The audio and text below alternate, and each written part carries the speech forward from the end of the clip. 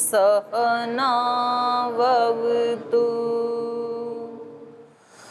सहनौ भुनक्तु सह वीर्यं कर्वावहै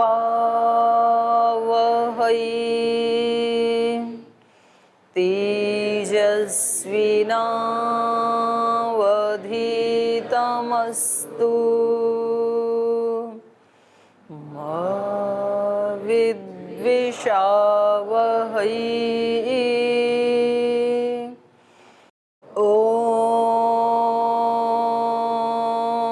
व्रतानां व्रतपतिव्रतं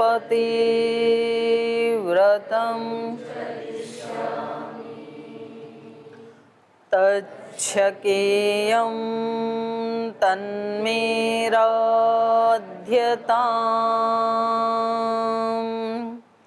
इदमहमनृतात् सत्यमुपैमि ॐ शान्ति शान्ति शान्ति।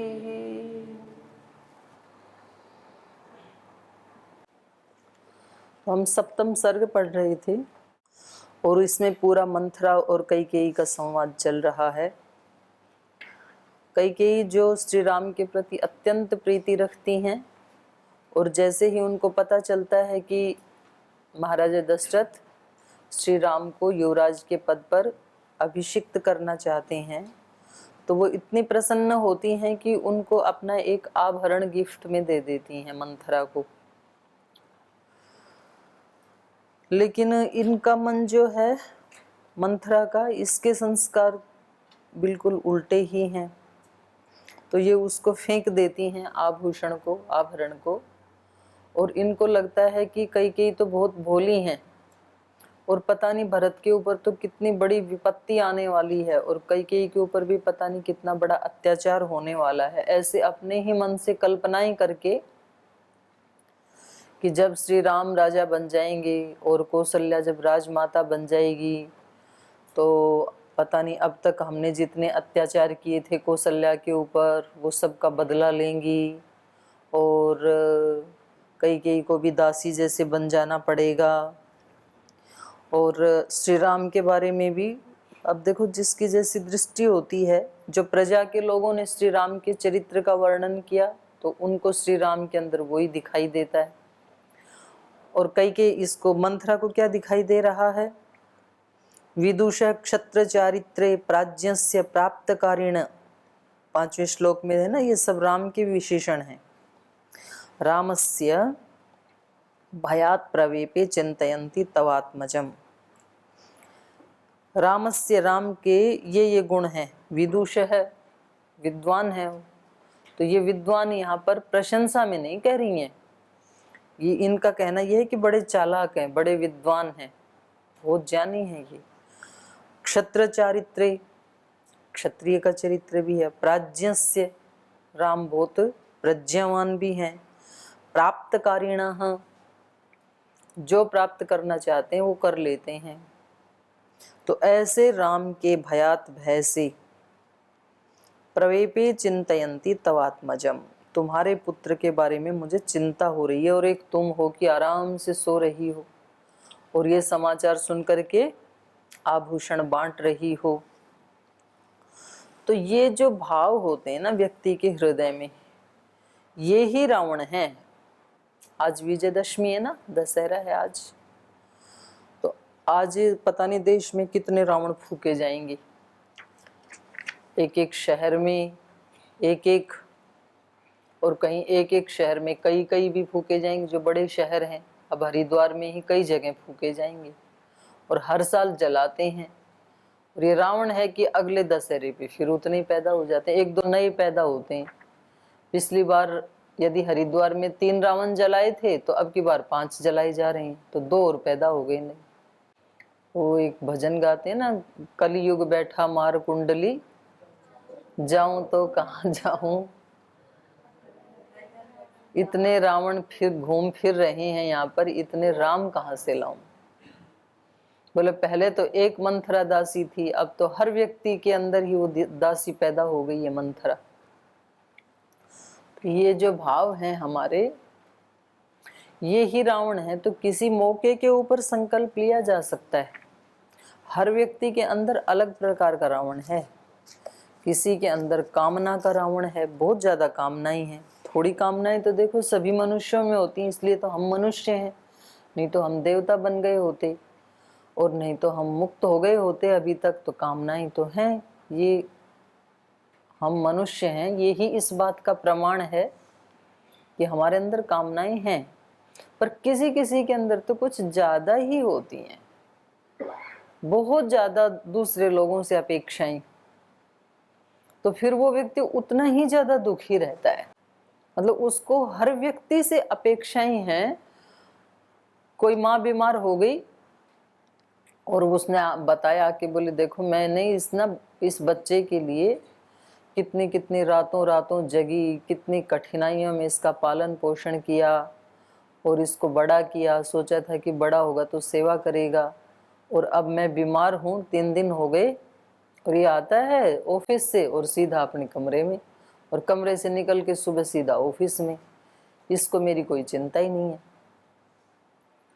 तो जिनको बता रही थी उन्होंने कहा कि कोई फिर आप बता देती उनको कि भाई मैं बीमार हूँ, मेरे को दिखा लाओ। तो दिखा देते, शायद उनको पता नहीं होगा। बोले अच्छा, जब ये बचपन में बीमार होता था तो ये मेरे को बताता था डॉक्टर के यहाँ ले चलो। जब मैं इसका जान लेती थी कि इसको क्या बीमारी है, तो ये नहीं जान सकता है मेरे बारे में। इसको कहते हैं कामना। मतलब इतनी ज्यादा अपेक्षा। भाई हो सकता है उसको ऑफिस में कितना काम होगा, आप तो 24 घंटे बच्चे के पास रहती थी, तो आपको तो पता है कि आज बच्चे ने खाना नहीं खाया या इसको खांसी है, जुकाम है, तो आप ले जाती थी। लेकिन वो बच्चा तो 24 घंटे आपके पास नहीं है, वो तो ऑफिस में जाता है, रात को आता है, तो उसको लगता होगा कि माँ सो गई होगी, तो आप बता सकते हैं। तो ऐसे, ये तो मैं एक की कहानी नहीं बता रही, ये हम सब की कहानी है। किसी न किसी से हम ऐसी अपेक्षाएं रखते हैं। नाराजगी और क्या है, आदमी नाराज क्यों होता है? किसी न किसी से उसको अपेक्षा होती है। अब जो दो व्यक्ति रहते हैं कमरे में, अब एक की ड्यूटी एक दिन है साफ करने की, दूसरे की दूसरे दिन है। अब जिसकी ड्यूटी थी दूसरे दिन, उसने सफाई की नहीं, करनी तो चाहिए ही थी उसको जब उसकी ड्यूटी है। तो पहले वाला नाराज हो गया, मतलब वो बोल नहीं रहा है अभी। तो उसको बोल तेरे को क्या हो गया, तो तेरे को नहीं दिख रहा क्या हो गया? तो कुछ किया भी होगा मैंने, बोल तेरे को नहीं पता क्या किया है? कमरा गंदा कर दिया, बाथरूम गंदा कर दिया, चीजें इधर उधर पड़ी। तो मतलब इतनी सारी बहस की, इससे अच्छा थी कि भाई तू कमरा साफ कर ले। तो उसको क्या है कि इसको खुद समझना चाहिए, समझना तो चाहिए खुद। और हमारा कष्ट इसलिए है कि हमें अपेक्षा है कि ये, इसकी अंडरस्टैंडिंग इतनी होनी चाहिए कि मुझे किस बात से परेशानी है वो इसको समझना चाहिए। वो समझता नहीं है तो क्या करें? चेलों को इतनी अंडरस्टैंडिंग होनी चाहिए कि गुरुजी को किस बात से कष्ट होता है। जब मेरे को क्लास में लेट आने से कष्ट होता है तो आपको लेट नहीं आना चाहिए। लेकिन कुछ कुछ हैं कि उनको रोज ही बुलावा भेज के बुलाना पड़ता है, तो क्या करें? उनको कहना पड़ता है, अब उनको बुला के लाओ, फिर वो आते हैं आराम से उतर करके। तो ये हमारे अंदर, किसी के अंदर कामना का रावण है, काम का है, क्रोध का है, लोभ का, मोह का, आलस्य का। आलस्य बहुत प्रिय है हमें, प्रमाद का। और प्रमाद में भी फिर 2 तरह के प्रमाद, एक निष्क्रिय प्रमाद, एक सक्रिय प्रमाद। निष्क्रिय प्रमाद से भी ज्यादा हानिकारक है सक्रिय प्रमाद। निष्क्रिय वाले में तो इतना ही, हम कुछ करेंगे नहीं, ये प्रमाद है। और सक्रिय में है जो नहीं करना चाहिए वो करेंगे, और करना चाहिए वो नहीं करेंगे। जो नहीं बोलना चाहिए वो बोलेंगे, ये वाणी का सक्रिय प्रमाद। कक्षा में जिस ढंग से नहीं बैठना चाहिए उस ढंग से बैठेंगे, ये बैठने का शरीर का सक्रिय प्रमाद। दिमाग से जो नहीं सोचना चाहिए वो सोचेंगे उल्टा, ये सक्रिय प्रमाद बुद्धि का। हाथ पैर से जो नहीं करना चाहिए वो करेंगे, सक्रिय प्रमाद। तो ये सारे हमारे जो अंदर के दोष हैं उसका नाम ही रावण है। रावण मतलब रुलाने वाला। तो जो जो चीजें हमें रुलाती हैं, कष्ट देती हैं, जो जो संस्कार, वो सारे रावण। अब भाई एक साथ तो एक रावण के साथ लड़ना भी बड़ा कठिन है, क्योंकि रावण बड़ा बलवान होता है, उसको राम ही मार सकता है और कोई मार भी नहीं सकता है। ना उसको देवता मार सकते हैं, ना दानव, ना असुर, ना राक्षस, कोई नहीं मार सकता उसको। रावण को राम ही मार सकता है। तो राम का मतलब ये है कि ना तो आप पैसे से अपने दोष मिटा सकते हैं कि आपके पास खूब धन हो जाएगा और सारे दोष मिट जाएंगे, ना आप डिग्रियों से दोषों को मिटा सकते हैं कि खूब सारी डिग्रियां ले ली और अब कोई भी दोष नहीं रहेगा, ना आप सुंदर शरीर से उसको मिटा सकते हैं कि भाई बहुत बलिष्ठ शरीर है, सुंदर शरीर है, तो अब इसके दोष नष्ट हो गए। ना आप उसको प्रसिद्धि से मार सकते हैं, कितना भी प्रसिद्ध व्यक्ति हो उसकी कुछ तो वीकनेस होती है, दोष तो होते ही हैं उसके। ये सब जो अंदर के रावण हैं उसको केवल राम मार सकता है। राम का मतलब है जो मर्यादा में रहता है, जिसकी इंद्रियां मर्यादा में हैं, जिसका शरीर मर्यादा में है, जिसके वाणी व्यवहार मर्यादा में है। राम का मतलब है जो बड़ों की आज्ञा को शिरोधार्य करके जीता है। पिता ने जो कह दिया तो वो उसके लिए वेद वाक्य है, फिर उसमें कितनी भी कठिनाई आएंगी चाहिए। माँ का वचन है, माँ को इससे प्रसन्नता मिल रही है तो भले ही वो सौतेली ही माँ है, कोई बात नहीं है, पर अपना कर्तव्य तो ये है कि माँ को कष्ट नहीं देना। राम का मतलब है प्रजा का यदि पालन कर रहा है तो एक एक व्यक्ति की खुशियों का ध्यान रखना, अपने को फिर चाहे कष्ट ही हो जाए।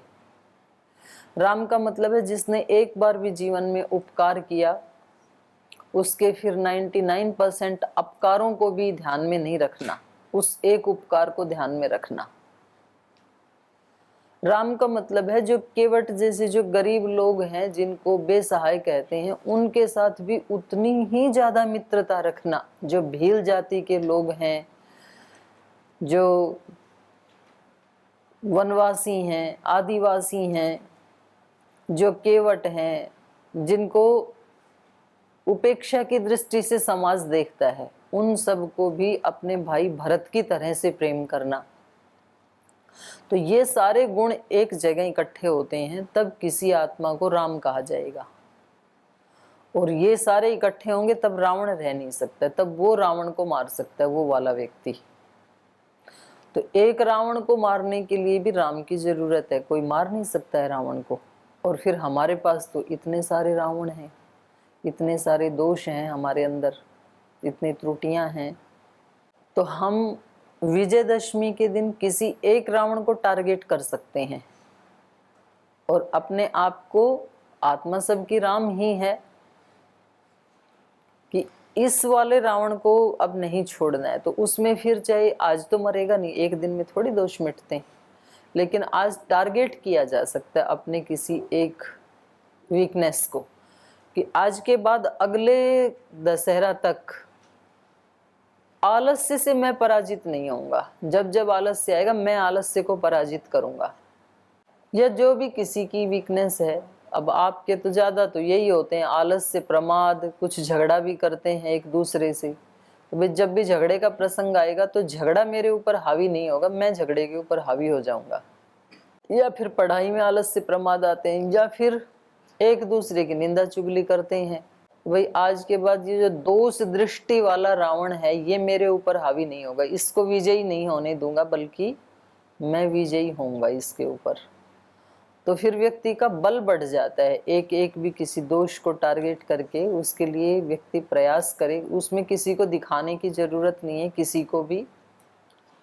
हर व्यक्ति विजय ही चाहता है अपने जीवन में, कोई पराजय नहीं चाहता है। और विजय मिलने का तरीका ये है, राम बन के ही विजय दशमी मनाई जा सकती है।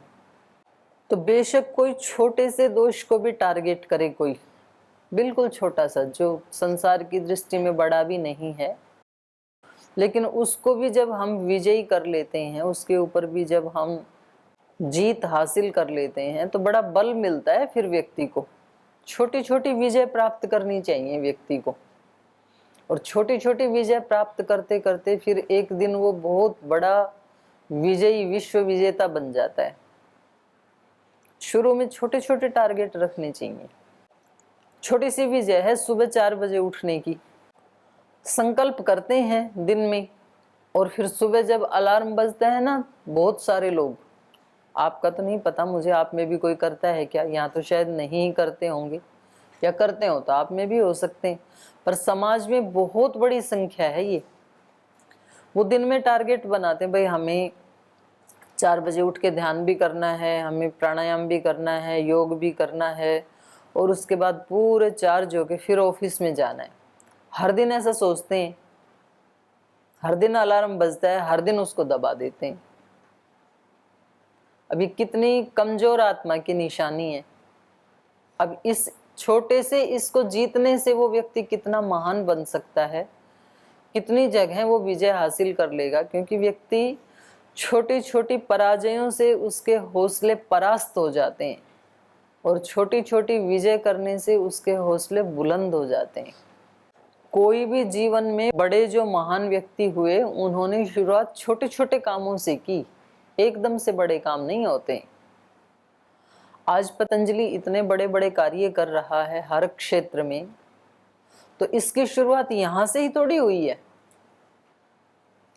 इसकी शुरुआत वहां से हुई जब स्वामी जी वहां गुरुकुल में रहते थे, गुरुकुल खानपुर में। मैंने अपनी आंखों से देखा है। जब गुरुकुल खानपुर में रहते थे, 14-15 साल की उम्र थी जब महाराज जी की, दूसरों के हिस्से का भी काम कर देना, दूसरे ब्रह्मचारियों के हिस्से का। जब उनकी गौ सेवा में ड्यूटी होती थी तो वो स्वामी जी को बोल देते थे, जैसे आप में से भी कई है ना महापुरुष, चलो भाई आप किचन में जा रहे हो, मेरे हिस्से का दूध भी ले आना, मैं कमरे में ही पी लूंगा। तो ऐसी आत्माओं की कमी नहीं है कभी भी, खूब भरपूर मिलती हैं ऐसी आत्माएं, तो वो ला के दे देते थे। हाँ ठीक है भाई, आप बेड पे ही रहो, हम आपको ला के दे देते हैं। अरे आज मेरे हिस्से का भी, अरे रामकृष्ण आज मेरे हिस्से का भी गोबर डाल देना।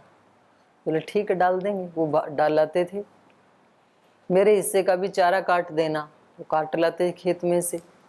मेरे हिस्से की भी भिक्षा मांग लाना आज आप, मेरा मन नहीं है गांव में जाने का। भिक्षा मांग के खाते थे गुरुकुल खानपुर में। बोल ठीक है ले आएंगे। अब वहां से ये दूसरों की हेल्प करने का स्वभाव बनते बनते बनते बनते बनते अब ऐसा बन गया कि 24 घंटे दूसरों के हित के लिए ही जीते हैं। 16-18 घंटे तो जागते समय दूसरों का हित करते हैं, और फिर वो जो नींद है शरीर को स्वस्थ रखने के लिए, वो शरीर भी इसलिए कि सेवा करनी है, तो वो नींद भी फिर सेवा के लिए ही मानी जाएगी। वो भी योग ही है, योग निद्रा ही है वो भी। तो शुरुआत तो छोटे से ही होती है ना। और छोटी छोटी उस समय संध्या उपासना करते करते, भाई संध्या के समय को कभी भी मिस नहीं करना है, नहीं तो बच्चे और सारे नियम तो पालन कर लेंगे, संध्या में उनको लगता है ये तो फालतू का काम है, ये तो अपने से जुड़ा हुआ है, दूसरे से जुड़ा हुआ तो है नहीं, तो कोई बात नहीं, 2 दिन की इकट्ठी कर लेंगे, आज नहीं जाएंगे कल ज्यादा कर लेंगे। ज्यादा करोगे कैसे? आज नहीं जाओगे तो आज वाला संस्कार और जुड़ जाएगा ना। आज नहीं जा रहे हो, क्यों नहीं जा रहे हो? क्योंकि प्रमाद का संस्कार है, पहले से आलस्य का संस्कार है, वो आपको आज कह रहा है कि आज आज मत जाओ, और आज वाला और जुड़ के कल फिर डबल संस्कार बन के आपको कहेंगे कि मत जाओ। तो जाओगे कैसे? तो कल भी नहीं जाने देंगे, फिर परसों ट्रिपल हो जाएंगे। तो ये छोटे छोटे रावण हैं। जब जब आपको ये लगे कि ये चीज मेरे को दबा रही है, बाधा डाल रही है, तब तब हम उसके ऊपर हावी हों छोटी छोटी चीजों को जीतने के लिए। व्यक्ति का मन किसी भी कारण से परेशान होता है, मानो किसी को किसी दिन सिर दर्द है, पेट दर्द है, कमर दर्द है, पैर दर्द है, तो आपका मन कहता है आज कक्षा में नहीं जाएंगे, बोल देंगे कि आज सिर दर्द है, बोल देंगे और था भी। लेकिन इसी कमर दर्द में मान लो कोई ऐसी अनहोनी घटना हो जाए, गुरुकुल में हो जाए या आपके घर परिवार में हो जाए, तो क्या तब आप ऐसे कहोगे कि कमर दर्द है आज तो नहीं जाया जा सकता है घर में? तब तो आप भूल ही जाओगे कि आपको कमर दर्द था या सिर दर्द था। तो अब आप कैसे उठे? इसका मतलब उठने की शक्ति तो थी, लेकिन आपने वहां जो एक असुर आपको कह रहा था उससे आप पराजित हो गए, रावण से। रावण ने बोला और आपने तुरंत मान लिया। तो अब ये बढ़ेगा, अब ये घटने वाला नहीं है। तो ऐसी छोटी छोटी जो चीजें हैं, बहुत बड़े बड़े भाषण की जरूरत नहीं है, बहुत बड़े बड़े आपको ऐसे युद्ध लड़ने की जरूरत नहीं है। शायद आपके जीवन में कभी एक बार भी मौका ना मिले कि जब आपके सामने राम रावण जैसी कोई ऐसी युद्ध की स्थिति बने। हो सकता है मिल भी जाए, लेकिन ज्यादातर ना भी मिले। पर ये मौके तो रोज आते हैं ना। आज क्लास में ना जाऊं क्योंकि आज थोड़ा दर्द है, तो दर्द को बोलो कि भाई तेरे को रहना है तो रह, पर मैं अपने नियम को नहीं छोड़ूंगा। मेरे को यज्ञ में जाना ही है, मेरे को योग में जाना ही है, मेरे को क्लास में जाना ही है। और फिर आपको खुशी मिलेगी और आपको हिम्मत भी मिलेगी, बल भी मिलेगा। दूसरे की दृष्टि में वो कोई विजय नहीं है। आप कमरे में रहते या क्लास में आ गए, दूसरे की दृष्टि में एक बिल्कुल सामान्य बात है, लेकिन आपकी दृष्टि में बहुत महत्वपूर्ण है। आज आपने अपने एक छोटे से दोष को जीता है, दूसरे को तो पता भी नहीं चलेगा कि आपने जीता है और आपके अंदर ऐसा कोई अंतर्द्वंद्व भी चला था, आपको पता है। लेकिन आपके मन में किसी के प्रति कोई दुर्भाव आया और तुरंत आपने उसको स्किप कर दिया। नहीं भी, मेरे को नहीं ये चाहिए, जो जैसा है वैसा रहे, मुझे कुछ लेना देना नहीं है, पर मुझे इस दिशा में मुझे और नहीं सोचना है। अब आपके पड़ोसी को तो पता भी नहीं आपके दिमाग में क्या आया था, वो आपने किसको हटाया और कौन से अच्छे भाव को आप लाए, उसके लिए कोई महत्व नहीं है। लेकिन आपके लिए बहुत महत्व है, आपको बहुत बल मिलेगा इससे। ऐसी छोटे छोटे विजय प्राप्त करते करते और फिर सच्ची विजयदशमी मन जाती है व्यक्ति के जीवन की। जिस दिन व्यक्ति अपने जीवन के सारे दोषों से बिल्कुल ऐसे ऊपर उठ जाता है, कमल के फूल की तरह, जैसे बहुत सारे महापुरुष उठे, गुरु नानक देव जी से लेके, महर्षि दयानंद जी से लेकर के, विवेकानंद जी से लेकर के, श्री अरविंद से लेकर के, रामकृष्ण से लेकर के, भगवान महावीर, बुद्ध, गुरु नानक देव, कितने सारे भरा पड़ा है। तो कितने लोगों ने रावण को मार करके और विजयदशमी मनाई अपने जीवन की। हमारे जैसे मनुष्य थे, तो हम बेशक उनके जितने इस जन्म में ना बने, और भाई किसी का इतना ज्यादा ऊंचा संकल्प हो तो बन भी सकते हैं, आप में से भी बन सकते हैं, क्यों नहीं बन सकते हैं। महाराज जी का भी तो एक दिन इतना ही ऊंचा संकल्प था तो वो बन गए, और जिन्होंने इतना ऊंचा नहीं सोचा वो उतने ऊंचे नहीं बन पाए। पर उतने ऊंचे संकल्प नहीं हो तो भी एक अच्छे साधक तो बन ही सकते हैं, एक अच्छे ब्रह्मचारी सन्यासी तो बन ही सकते हैं, एक अच्छे इंसान तो बन ही सकते हैं, अपना जीवन एक समाधान तो बन ही सकते हैं। मतलब दूसरे के लिए समाधान बने, बहुत ही अच्छी बात है, पर इतना ना हो तो दूसरे के लिए समस्या ना बने, ये भी तो बहुत बड़ी बात है ना। तो इतने राम लाने की जरूरत नहीं है कि इतने सारे घर घर में रावण है, इतने राम कहां से लाए। अपने अपने राम व्यक्ति खुद बन जाए, बस केवल अपना खुद का, तो फिर दूसरे को जरूरत ही नहीं है। दूसरे हमारे रावण की जिम्मेदारी क्यों ले, हम स्वयं ले ना अपने रावण की जिम्मेदारी, हर व्यक्ति ले, तो फिर कोई जरूरत नहीं है। तो हम किसी दूसरे के जीवन का समाधान ना कर पाए तो भी चलेगा, करें तो बहुत ही अच्छी बात है, क्योंकि हमारे गुरु करोड़ों लोगों की जीवन का समाधान कर रहे हैं, तो आप लाखों का करें, लाखों का ना कर पाए तो हजारों का करें, हजारों का भी ना कर पाए तो कुछ 100 का करें, 100 का भी ना कर पाए तो कुछ 10, 20, 50, 80 का करें, उतना भी ना कर पाए तो खुद का तो करें।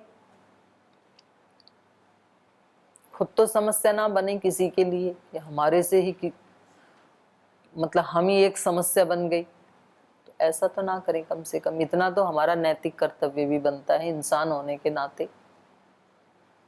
व्यक्ति खुद ही यदि दिमाग से रोगी है, कल परसों ये बोल रहे थे ना नरेंद्र देव जी, बोल जी मैंने शरीर को स्वस्थ रखने का संकल्प लिया, आजकल स्वस्थ शरीर को स्वस्थ रखना है।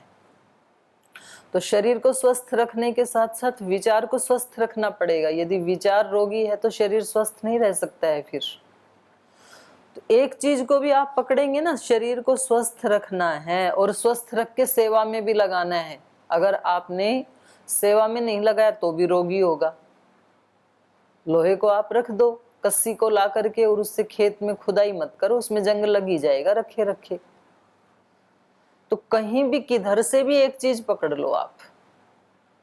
शरीर को स्वस्थ रखना है तो आपको ठीक आहार भी लेना पड़ेगा, ठीक नींद भी लेनी पड़ेगी, ठीक से ब्रह्मचर्य का पालन भी करना पड़ेगा, अपने मन में भी कोई दुर्भाव दुर्विचार नहीं लाना पड़ेगा। फिर उस शरीर को सेवा में भी लगाना पड़ेगा, सेवा करके भी अहंकार नहीं लाना। ये सारी चीजें जुड़ी हुई हैं एक स्वस्थ शरीर के साथ। तो कहीं से भी पकड़ लो आप कोई भी एक चीज, उसके साथ सारी चीजें आकर के ऐसे जुड़ जाती हैं। और कोई बुराई पकड़ लो, एक भी एक प्रमाद को पकड़ लो, मौत तक पहुंचा ही देगा आपको। क्योंकि जो प्रमादी होगा वो झूठा भी होगा, फिर प्रमाद करके झूठ बोलेगा। वो आलसी भी होगा, उसमें सारे दोष आ जाएंगे। फिर वो रोगी भी होगा, मन से भी रोगी होगा, भावों से भी रोगी होगा। क्योंकि जो उसके प्रमाद को तोड़ना चाहेगा उससे वो द्वेष भी करेगा, घृणा भी करेगा। उसको बुरा लगेगा ना, ये व्यक्ति तोड़ना चाहता है। और कोई ना कोई तो मिलेगा आपको।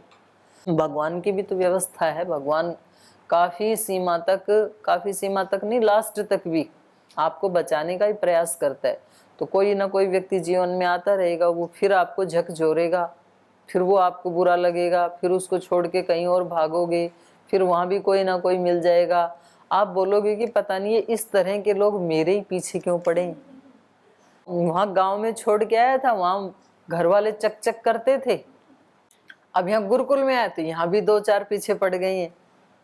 ना सोने देते हैं, ना खाने देते हैं, ना बैठने देते हैं, ना ध्यान करने देते हैं। फिर यहाँ से कहीं जाओ, ये पीछे पड़े ही रहेंगे आपके। वो पीछे नहीं पड़े, आपका प्रमाद आपके पीछे पड़ा हुआ है, इसको मारो। आपका आलस्य, आपकी मनमानी, ये आपके पीछे पड़ी हुई है।